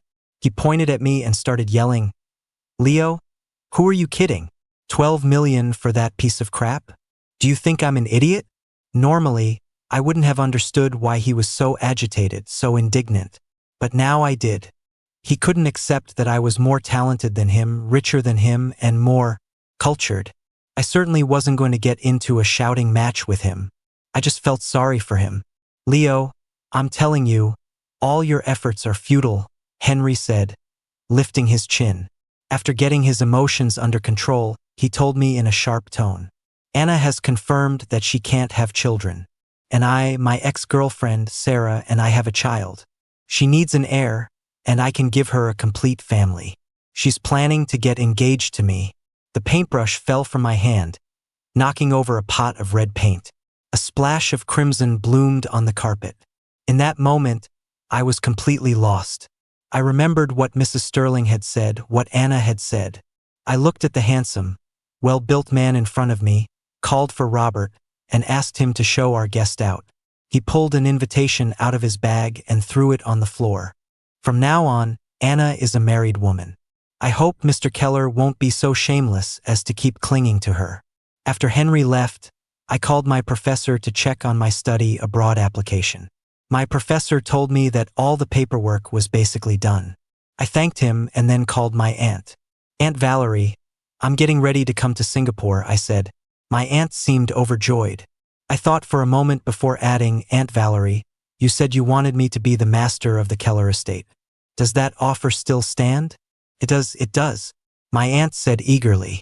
Leo, can you please call me by my name? I'm only a few years older than you. Don't keep calling me Aunt Valerie. I smiled and tried it out. Valerie? After her initial excitement, Valerie quickly calmed down. Leo, what happened? She asked urgently. Are you okay? Did she give you a hard time? I laughed and told her, of course not. I just figured things out on my own. Aunt Valerie, love shouldn't be like this, full of schemes and constant anxiety, always worrying about losing the other person. It's too exhausting. So, I'd rather not have that kind of love. Emily told me the Sterling Group is on its last legs. They've had 3 board meetings in 1 week. All the shareholders are questioning Anna's competence. They want her to transfer her shares and compensate them for their losses. They want to replace the CEO. I paused, then said with a hint of annoyance, Aunt Valerie, you're being sneaky. You have a team in Boston. You knew all of this, didn't you? Hearing my grumpy tone, Valerie stammered over the phone. Leo, no, I do have a team in Boston, and I know about the Sterling family's situation. But I didn't know what she was planning. My dear Leo, please tell me what's going on. Thinking about it made me angry again. I talked to Emily. I told her that if the Sterling Group just needed a loan to get by, as long as it was a manageable amount, I was willing to lend them the money. After all, my parents were close with the Sterling family. And I've called her my sister for so many years. After my parents died, she was the first one to comfort and stay with me. At first, Emily was hesitant. She tried to convince me that any money lent would be lost. But I insisted. But Anna had to play games with my love, humiliate me, and trap me. Even though my heart was overgrown with that toxic weed, my head was still clear enough. After I had mentally prepared myself and even convinced Emily to agree, Anna threw a curveball. Henry showed up with his child, and she was getting engaged to him. I knew what she was trying to do, because I loved her. Love made me lose myself. She had used my devotion to her to secure the investment for the Seaport project from my aunt. Then, she used Henry to provoke my rebellious side, to make me as jealous as possible. I had thrown tantrums, complained. I had cried and laughed, been heartbroken, disappointed, and confused. This time, by announcing her engagement to Henry, she wanted me to cause a scene, to cry, to beg her, to humbly confess my love for her. Since I was 16, I had confessed my love to her many times, and every time she accepted it. But she never took it seriously. In her eyes, I was just a spoiled, willful little boy who was hopelessly in love with her, easy to manipulate. Even in a family merger, she wanted to maintain absolute control. As for my feelings for her, they didn't matter. What are feelings in a family merger? I told Valerie everything. She laughed for a long time on the phone. Leo, what is she trying to do? Aunt Valerie, we used to play house when we were kids. This is just a more advanced version of that. Valerie laughed. Kind of seems like it. But isn't she afraid it'll backfire? I also wanted to know, wasn't Anna afraid it would backfire? But after 3 years of living together, she was confident that she knew me, understood me, and could control me. Even after I moved out of the Sterling house, she always thought I was just pouting. I started preparing to go to Singapore. My luggage was one thing, but I was reluctant to leave Robert. After all, he had taken care of me since I was a child. If I asked him to come with me, I'm sure he would have agreed. But his whole family was here. At his age, I couldn't just drag him to a foreign country with me. Finally, on Valerie's advice, I asked for Robert's opinion. To my surprise, he was overjoyed. He said he had never been to Singapore. "Young master, when you get married in Singapore and have children, I'll help you take care of them for a few years, and then I'll come back," he said with a smile. I hugged him and laughed. "Robert, by then, you won't just be attached to me, you'll be attached to the kids, too." The wrinkles on his face crinkled with laughter. What I didn't expect was that, even though I was ready to leave, and the invitations for Anna and Henry's engagement had already been sent out, I thought Anna and I would go our separate ways and never see each other again. But Henry still had to stir up trouble. He tearfully told a reporter, "I was wrong before, and I apologized to Leo Keller. But Anna and I are in love." He interfered, and I couldn't stand it. I went a little too far. "Now we have a child, and we're getting engaged. I'm begging you, Mr. Keller, can you please have some boundaries and stop clinging to my Anna?" This time it was a press release, not one of his little videos. The news of Anna's engagement, courtesy of Henry, spread like wildfire. Anna played along, telling the public that she was afraid I would ruin her engagement party, so she had arranged for me to go study in Singapore. "I'm getting engaged, and Leo is grown up now. We need to keep our distance to avoid any misunderstandings. So, I'm sending Leo to study in Singapore. He shouldn't come back." As she said this, she looked at the camera, wrapped her arms around Henry, and kissed him deeply. But in the depths of her eyes, I saw a chilling coldness, a confession filled with conspiracy, even under the bright sun, in front of everyone, was still dark and terrifying. My relatives and friends started to comfort me, like Mr. Peterson, who had been ready to chip in for my wedding, and old Mr. Williams. But this time, even my family's legal team and Emily were angry. Was this a blatant accusation that I was knowingly the other man? That I was shamelessly clinging to Anna? Just because I had once loved Anna, now I was being painted as the third party, whether I was or not. It's like that old saying, "Mud in your pants might not be shit, but it smells just as bad." My PR team asked me if I wanted to do some damage control. I laughed and told them, of course we do, but not now. Without telling Anna, I moved up my flight and left for Singapore with Robert. Anna. The first time Anna saw Leo, he was only 5 years old. She was 14. Leo always said that the first time he confessed his love to her was on his 16th birthday. But he had actually confessed to her when he was just 5. A tiny little boy, like a little ball of sticky rice, with a neat haircut and a handsome little suit. He had picked a blade of wild grass from the side of the road. It was autumn, and the grass was tough. He couldn't pull it out and started crying in frustration. Anna didn't understand what was so fascinating about a blade of grass. But since Leo wanted it, she casually picked one for him. Leo took the blade of grass and started weaving it in his hands. Somehow, he managed to make a ring. He slipped the ring onto Anna's finger. "You're so pretty, Anna. When I grow up, I'm going to marry you."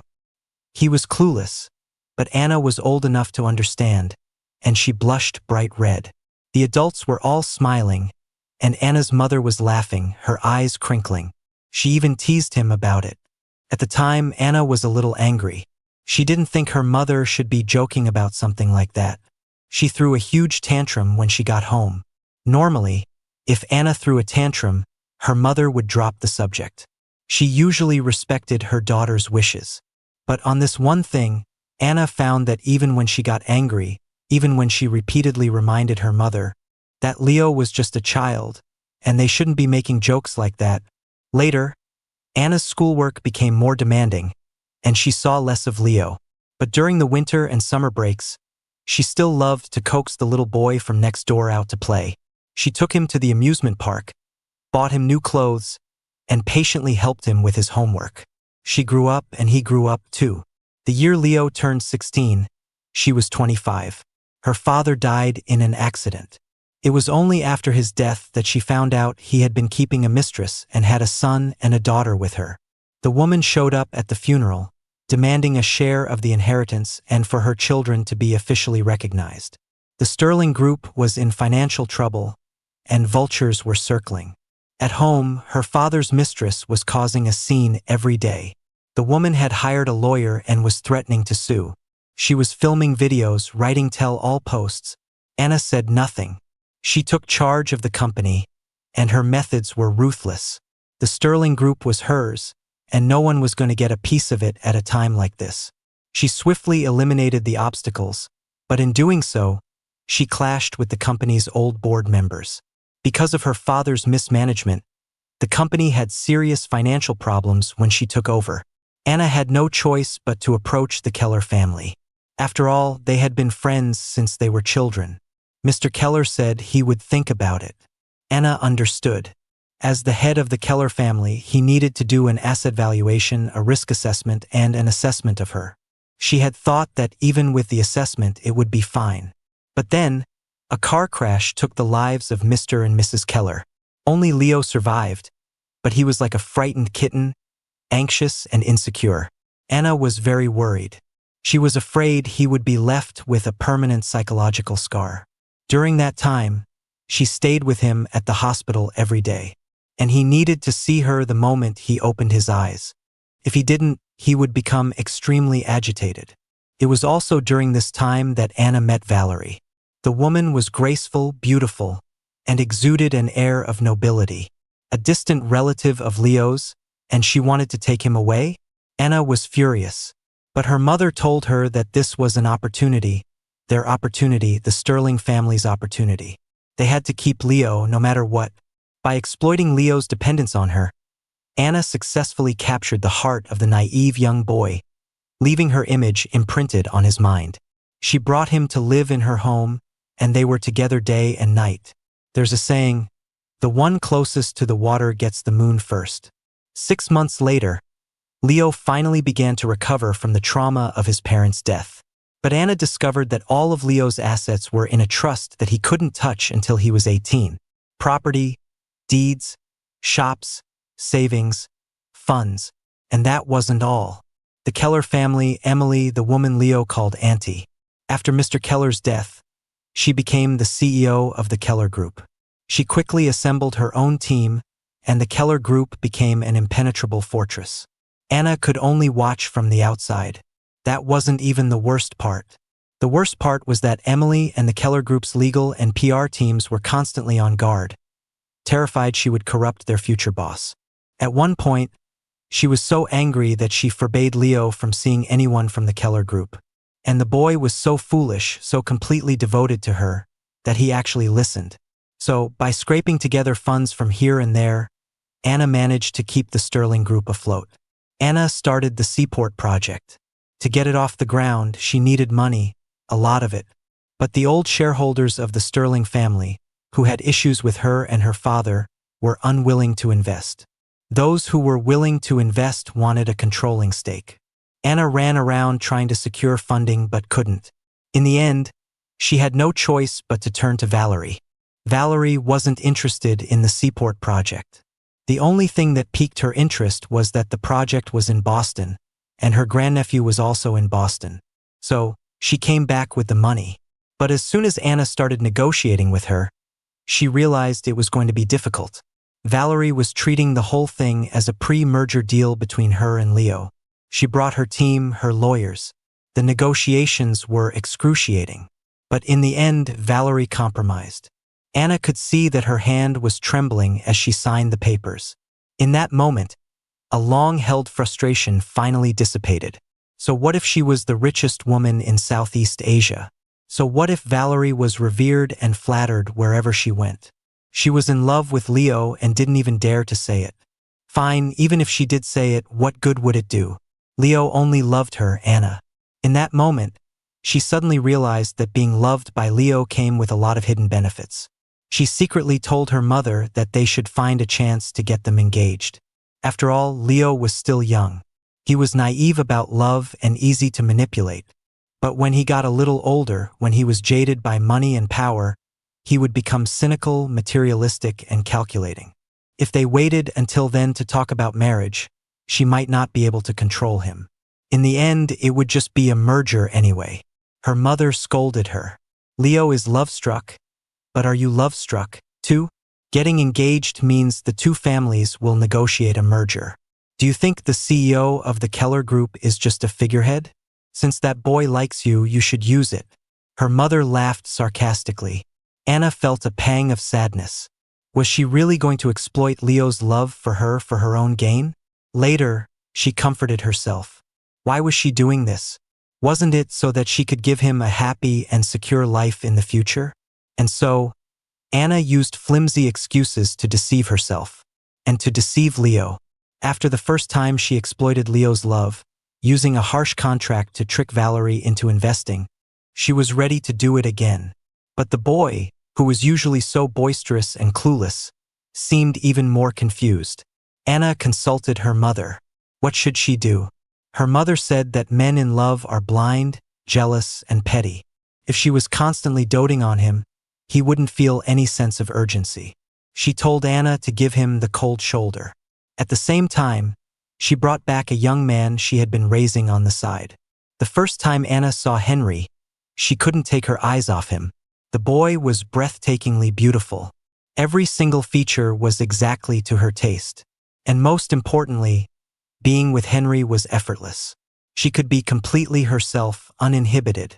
Henry was gentle and handsome, and he made her the center of his world. In bed, they were perfectly in sync. Anna was very happy. After less than 2 months of dating Henry, she brought him home. She was eager to see the look on Leo's face when he saw Henry. And sure enough, when the boy saw Henry, although he tried to remain calm, his eyes were filled with an undeniable sadness and a hint of anger. Anna thought to herself, her mother really was experienced. To control one boy, you need another boy. Leo came from a wealthy family and had been tutored by the best, so he wouldn't cause a scene. Even when he was angry, he would only take it out on the person closest to him. For example, Anna. But Henry was not that kind of person. It didn't take long for Anna to realize that Henry was very manipulative. He was a master at crying. His tears were like a faucet, he could turn them on whenever he needed to. He was also an expert at playing the victim, always using his vulnerability to manipulate others. Her mother said that she had raised this boy since he was young. He was originally intended to be a check on her future son-in-law. Her mother also said that you have to put pressure on men. You can't let them get arrogant. She repeatedly told Anna that it was fine to spoil Leo now. But after they got married, she couldn't indulge his little tantrums. Bringing Henry into the picture now was just a way to take him down a peg. Henry started causing trouble on his very first day. He claimed that Leo didn't like him and had hit him. Anna knew it wasn't true, but she deliberately put on a cold face and told Leo to apologize. Leo was so angry he slammed his door. Ha! For some reason, Anna was also a little angry. She deliberately got closer to Henry to make Leo even more jealous. She wanted to see his eyes turn red, his voice choke, his hands fumble. And Henry didn't disappoint. He orchestrated a campus bullying incident, complete with a tell-all post and video, and played his part perfectly. He managed to get Leo trending online. Valerie, all the way in Singapore, couldn't sit still any longer. When Anna heard that Valerie was coming to Boston, she almost laughed out loud. God was on her side, making Leo fall in love with her. And her mother had even had the foresight to adopt Henry, a man who brought her both spiritual and physical pleasure. But this time, things seemed to have gone off track. Leo moved out of the Sterling house with Robert. Valerie refused Anna's dinner invitation. And then the Keller group launched a counterattack. Anna had never imagined that Leo had been carrying a recording pen with him all this time. He had recorded everything Henry had done. But he didn't explain, didn't clarify. He just watched as Henry cyberbullied him, gathered his evidence, and then fought back. The Keller Group's legal department started filing lawsuits. Anna couldn't just stand by and watch Henry go to jail. She had no choice but to compromise. Henry was completely defeated. Anna vaguely remembered hearing that artists are usually very patient and calm. Impatient people can't master such delicate work. This seemed to be perfectly demonstrated in Leo. She knew he loved her. The way he looked at her was full of deep affection. But even so, he didn't say a word to her. He just let people laugh at him and slander him. Anna was a little scared. Leo might seem innocent and naive, but he was not easy to control. She felt like she was playing with fire, and sooner or later she was going to get burned. Ever since Leo moved out, Anna had felt an emptiness in her heart, a constant ache. Henry was gentle, attentive, and his unrestrained affection was slowly breaking down her defenses. When Henry told her that his child with his ex-girlfriend, Sarah, could be brought to live at the Sterling house, Anna's first reaction was panic, like a cat caught stealing fish. So, she firmly refused, saying it wasn't necessary. Henry, who had always been so devoted and gentle, disagreed and they had a huge fight. She went to her mother for advice. Ever since her father passed away, she had gotten used to consulting her mother about family matters. That day, after hearing what had happened, her mother thought for a moment and came up with a ruthless plan. At first, Anna was against it. She had a bad feeling about it. But the Sterling family was in trouble, and Leo was the best marriage prospect she could hope for. Unfortunately, the Keller group seemed to have a personal vendetta against her, rejecting and resisting her at every turn. If the Sterling and Keller families merged in the traditional way, the Keller group would demand a controlling stake. No matter how you calculated it, Anna would end up working for them. No, she wanted a controlling stake. She wanted the Keller group to be Leo's dowry. He had to bring the money with him. Her mother also said that this was a good opportunity to see how much Leo really cared for her. If he dared to crash her engagement party, she was confident she could swallow the Keller group whole. Her mother sipped her tea, a gentle, compassionate smile on her face, but her words were cruel. As for Henry's child, let Leo raise him. He needs to pay a price for something. When her mother said this, Anna felt a pang of sadness. The little boy, although grown up now, was still someone who needed to be protected in her eyes. She worried about him constantly since he had moved out. And now they were going to dump a baby that wasn't his on him? To subject him to that kind of humiliation. She felt terrible. A wave of depression washed over her. When Leo was 16, he had confessed his love to her at his birthday party. She hadn't said anything then, but she had silently vowed to protect him for the rest of his life. And now she was scheming against him like this. Her mother knew what she was thinking. Anna, she said calmly, you're almost 30, and that boy is still young. Since you can't have children, and Henry just happens to have a child, isn't this fate? Making Leo accept this child is the best outcome for the Sterling family, and for you. He loves you, he'll accept it, and you won't have to go through the pain of childbirth in the future. It's a win-win, isn't it? If you feel bad for him, you can just be nicer to him in the future. Yes, she could be 100 times, 1,000 times nicer to him in the future. For the sake of the Sterling group, let him suffer a little now. With that thought, Anna went along with her mother's plan.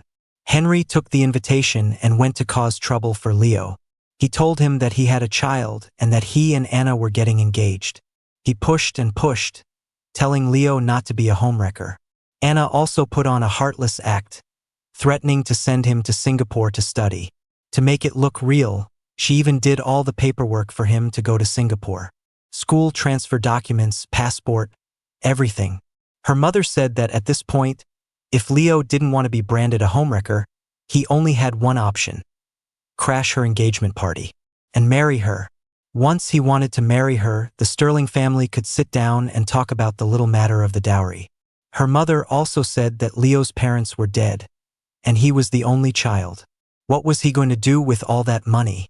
Who knew who would end up with it in the future? It was better to invest it in the Sterling group and help the family get through this crisis. During this time, Anna deliberately avoided Leo. The day before yesterday, Leo called her, but she didn't answer.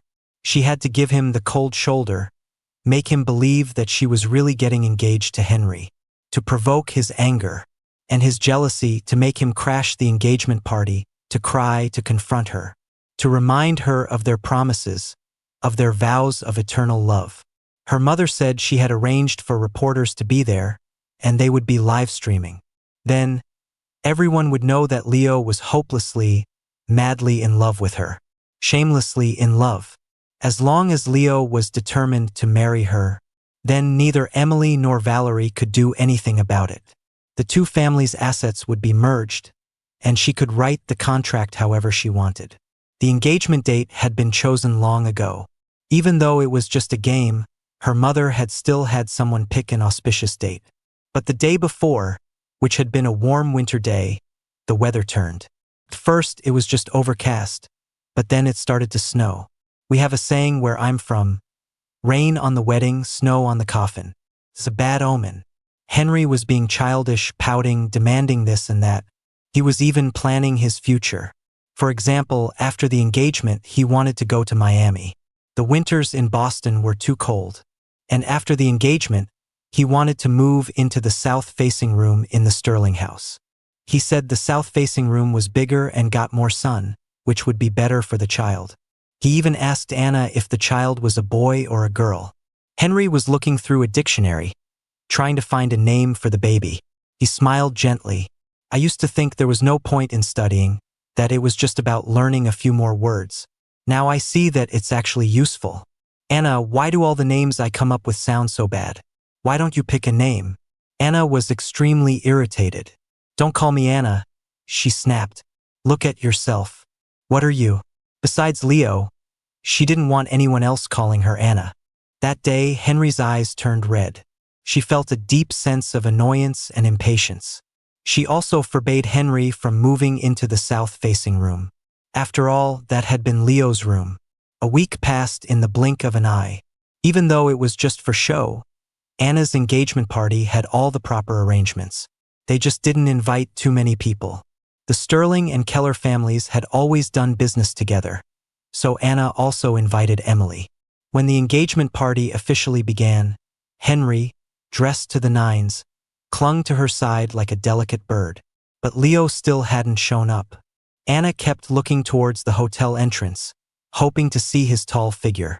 It was only then that she finally understood what it meant to gaze with eager expectation. Anna, look at me. Henry could see she was distracted and reached out to make her look at him. He knew who she was waiting for. He also knew that today's engagement party was just a farce for Leo to vent his anger. And he, Henry, was destined to be the tragic clown. But he was so unwilling. Mrs. Sterling had raised him for so many years, only to use him to provoke another boy's rebellious streak. His only purpose was to be another boy's foil. He wanted to tell Anna that the boy wasn't coming today, that he had already left for Singapore. He had taken his housekeeper, his PR team, and the CFO of the Keller Group with him. He had no interest in her engagement party whatsoever. He also wanted to ask Mrs. Sterling. He had heard that some people have an inflated sense of confidence in themselves or their children. What made Anna so confident that Leo would do anything for her? Stop it. For some reason, Anna felt a sense of panic. What if he didn't come? Although her mother had insisted that Leo would come back, she wasn't so sure. She wanted to call him to ask him where he was. So, she impatiently pushed Henry away and pulled out her phone. She wanted to see if her Leo had sent her a message. She typed and deleted and typed a message. Nothing seemed right. For the first time, Anna realized that there might be something wrong with her emotional and intellectual intelligence. Then, she remembered that she had arranged for Leo to go to Singapore today. So, she texted him, "Leo, the weather is bad today. Is your flight delayed?" But after she sent the message, a little red dot appeared. Leo had blocked her. The thought hit her with the force of a physical blow. Her mouth fell open. Henry, who was standing right next to her, saw everything clearly. Leo had kept his promise. He had not only gone to Singapore, but he had also blocked Anna. Seeing Anna's devastated expression, he wanted to laugh. He grinned, but tears streamed down his face. "What are you laughing at?" Anna suddenly exploded, grabbing his thin neck.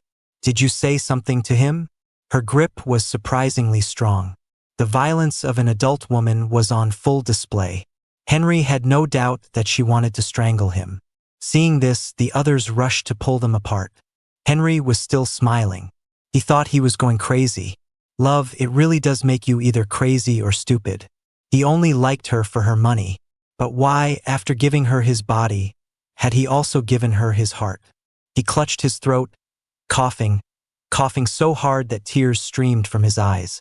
He didn't know if they were from the coughing or the laughing. At the entrance, Emily walked in with two men, carrying a painting. "Miss Sterling, congratulations," she said, beaming. "When he heard you were getting engaged, our young master painted this himself and asked me to deliver it as a gift." Anna tried to suppress all her emotions, but the bitterness and pain were overwhelming. There was every flavor but sweet. "Where's Leo?" she asked. "Miss Sterling, you're so young. How could you be so forgetful?" Emily said deliberately, "You were afraid our young master would ruin your engagement party. So you arranged for him to go to Singapore. Young Master Leo left for Singapore a few days ago. Oh, and by the way, young Master Leo accepted Ms. Lin's proposal. Ms. Lin is overjoyed. She's already had someone pick a date. They say the day after tomorrow is a good day, so they're planning an engagement party. It's a bit of a rush. Our PR department has already gone ahead to start planning. With such a tight schedule, it's really hard for us to get everything done. Miss Sterling, I won't be staying for the celebration. I've booked a flight. I need to get to Singapore immediately." A wave of panic washed over her. Anna felt the world go dark. A sweet taste filled her mouth, and she spat out a mouthful of blood, like a blooming May rose. It should have been sweet, fresh, but why did it taste so rotten? She had a dream. She dreamed of her childhood, of when Leo was 16. When she woke up, she found herself in a hospital bed. Her head was throbbing, as if she had had too much to drink. She must have had too much, she thought. She must be drunk. How could Leo love someone else? Emily was just lying to her. That old woman had always disliked her, as if she would betray Leo. She ripped the 4 from the back of her hand, ignoring the stream of blood that followed. She didn't even put on her shoes. She stumbled out of the room. She had to go to Singapore. She had to find her Leo. "I brought Robert with me to Singapore. At first, I was worried he wouldn't be able to handle the long flight. I had packed motion sickness medicine for him. Fortunately, he fell asleep as soon as we got on the plane. He was very happy, saying that at his age, he was finally getting to see Singapore. To my amusement, the Keller Group's PR department had arrived in Singapore a few days before me. I told them I was here to study and that I had accepted Valerie's proposal. But that didn't require a PR campaign. She had picked a date for an engagement party, and I was fine with it. Love, when it's what your heart desires, should be embraced without hesitation. It's not something to hide. Loving someone is the greatest joy and happiness in the world. I had once openly loved Anna. She had found love with the gentle and handsome Henry, and I sincerely wished them well. She didn't want me at her engagement party, so I didn't go. After all, we had been friends since childhood. There was no need to ruin our friendship over a failed romance. Valerie was someone who hid her feelings very well. Even with my sensitivity to emotions, I had only begun to suspect it in the last couple of years. Now that she had confessed her love and we were getting engaged, I was curious.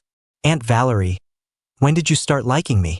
To my surprise, this legendary Southeast Asian businesswoman was a complete mess when it came to romance, especially when it came to love. Her ears perked up, the tips turning red. I deliberately mimicked Henry's high-pitched voice and called her auntie. She giggled like a 17-year-old girl, completely giddy. It was both funny and a little sad. It was only when my family's PR team started making arrangements that I realized. Valerie was Valerie. She was incredibly wealthy. The engagement party was a grand, lavish affair. Many of the richest people in Singapore were attending, and even the royal family was invited. It was being broadcast live worldwide. I started to get nervous. Robert was nervous, too, bustling about. To be honest, I had brought Robert to Singapore for him to retire. I had long considered him family, and he was acting like a father about to marry off his son. So busy he was running off his feet. Suits, watches, styling. The day before the engagement party, Emily rushed over with the Keller Group's team. Acting as the groom's family, she started negotiating projects with my aunt. I don't know what they discussed, but this time it was completely different from Anna's Seaport project. Valerie was beaming. Emily's smile was so wide it almost split her face. Before the engagement party even started, they had secretly opened a bottle of champagne to celebrate behind my back. I suddenly thought, this is what love should be like. Everyone was happy and cheerful, and the air was filled with the scent of roses. The engagement party was exhausting. Afterward, my aunt personally took me to the Royal Academy of Arts here in Singapore to register and enroll. In the blink of an eye, I had been in Singapore for over half a month. Robert told me that Anna had come and wanted to see me. Hearing her name, I felt a strange sense of detachment, as if from another lifetime. I had loved her so much, thought about her constantly. Her name, her image, everything about her had filled my heart completely, leaving no room for anything else. Now, she had withered and decayed in my heart, turning into mulch for new flowers to bloom. But she was no longer one of them. Love is like the tide, comes in fast and goes out just as quickly. When it rushes in, it's a powerful force. When it recedes, it leaves nothing behind. I received her at the Keller estate. When I saw Anna again, I was a little shocked. Was this really my Anna? She was haggard, disheveled, her eyes dull. Even the blazer she was wearing was wrinkled. She reached out to hug me, as she always did, but I quickly stepped away. Leo, I finally found you," she cried out excitedly. "Come back with me. Let's stop fighting." I took a few steps back, putting some distance between us. "Anna, I'm not going back. You're engaged to Henry now, and I'm in love with Valerie. We each have our own happiness." Henry was right. We're grown up now. We need to have some boundaries. Hearing this, Anna stammered, "Leo, it's not like that. I'm not engaged to him, it was just..." "But I am engaged," I cut her off. "No, Leo, how can you love someone else? You love me. It's fake, it's all fake." Anna waved her hands frantically, as if trying to erase the past. She tried to grab my hand again. I pushed her away, my face stern. "Miss Sterling, please have some self-respect." Hearing me call her Miss Sterling, she froze. After a long pause, she let out a roar of anger, pointing at me, her finger trembling. I'm not good at handling these kinds of situations. I thought if I just explained things clearly, it would be fine. Fortunately, Valerie arrived. "Miss Sterling," she said to Anna, "do not harass my fiancé." I saw Anna stumble back, her expression one of pure agony. I didn't understand. She didn't love me. She loved Henry. They even had a child together. Why was she in so much pain? When I loved her, seeing her with Henry was agony. Every withered flower in my heart was stained with my blood. Now that I didn't love her, there was no more pain. Anna stayed in Singapore for 2 days. Dejected, she was about to leave when she came to see me one last time, professing her deep love for me, trying to win me back. I couldn't help but laugh. "Miss Sterling, you never actually loved me. You only loved the money of the Keller Group, my status. Between me and Henry, you preferred him. He's gentle, handsome, and attentive. You two were perfect in bed. Your heart only has room for money and lust. You have no right to talk about love. And don't you dare try to use love to manipulate me, to bully my aunt, or to humiliate Emily again. Anna, whether it's in love or in business, you are a failure. You're truly not worthy." Epilogue. When Anna returned to Boston, she was immediately held accountable by the Sterling Group's board of directors. With me out of the picture, Emily took over the Seaport project and began collaborating with Valerie. A marriage merger inevitably involves the restructuring of assets. The business partnership between the Keller and Lynn families began with the Seaport project in Boston. Of course, Anna was cut out of the deal. The Sterling Group's board also kicked Anna out and filed a joint lawsuit against her. For the company's losses during her tenure, she faced a massive compensation claim. Whether the losses were her fault or her father's didn't matter. What mattered was that the other shareholders wanted their money and their equity, or she would face jail time. So, she sold the Seaport project, liquidated the Sterling family's fixed assets, and so on. After finally appeasing the Sterling Group's shareholders, she was stunned to find that she had almost no assets left to her name. She called me many times, telling me how much she regretted everything, telling me she loved me. But there are no second chances in this world. Even a skinny camel is bigger than a horse. In Henry's eyes, Anna was still a rich woman, still someone he had to climb up to. He urged her to marry him, But after Anna came back from Singapore, she was like a different person. She lost all ambition, drinking heavily every day, never coming home sober. She and Henry fought constantly. They both became sensitive, irritable, and hysterical. Finally, one day when Anna was driving drunk again, Henry started an argument with her over something trivial. Anna mistook the gas pedal for the brake and crashed head-on into a large truck. Henry was killed instantly. Anna suffered a severe head injury, and her right leg had to be amputated. She would have to walk with a prosthetic for the rest of her life. She and her mother also had a huge falling out, and their relationship was ruined. Of course, none of this had anything to do with me anymore. Letting go of my past love, Anna was just a passerby on my journey of growth. I planted many roses at the Keller estate, and they are all in bloom now. The fragrance is rich, and as far as the eye can see, there are flowers of white and gold. All the splendor of the world.